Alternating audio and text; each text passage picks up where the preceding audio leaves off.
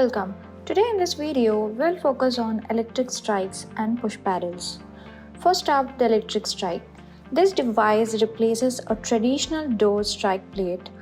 It's connected to an electronic access control system, allowing you to unlock the door using a keycard or a keypad. So when a valid credential is presented, the electric strike releases the latch, giving access without needing a physical key. Next, let's look at push paddles. These are installed on the interior side of the doors. When you press the paddle, it releases the electric strike, allowing the door to open easily. These push paddles are great for high traffic areas, making it quick and easy for everyone to exit without having to turn a knob.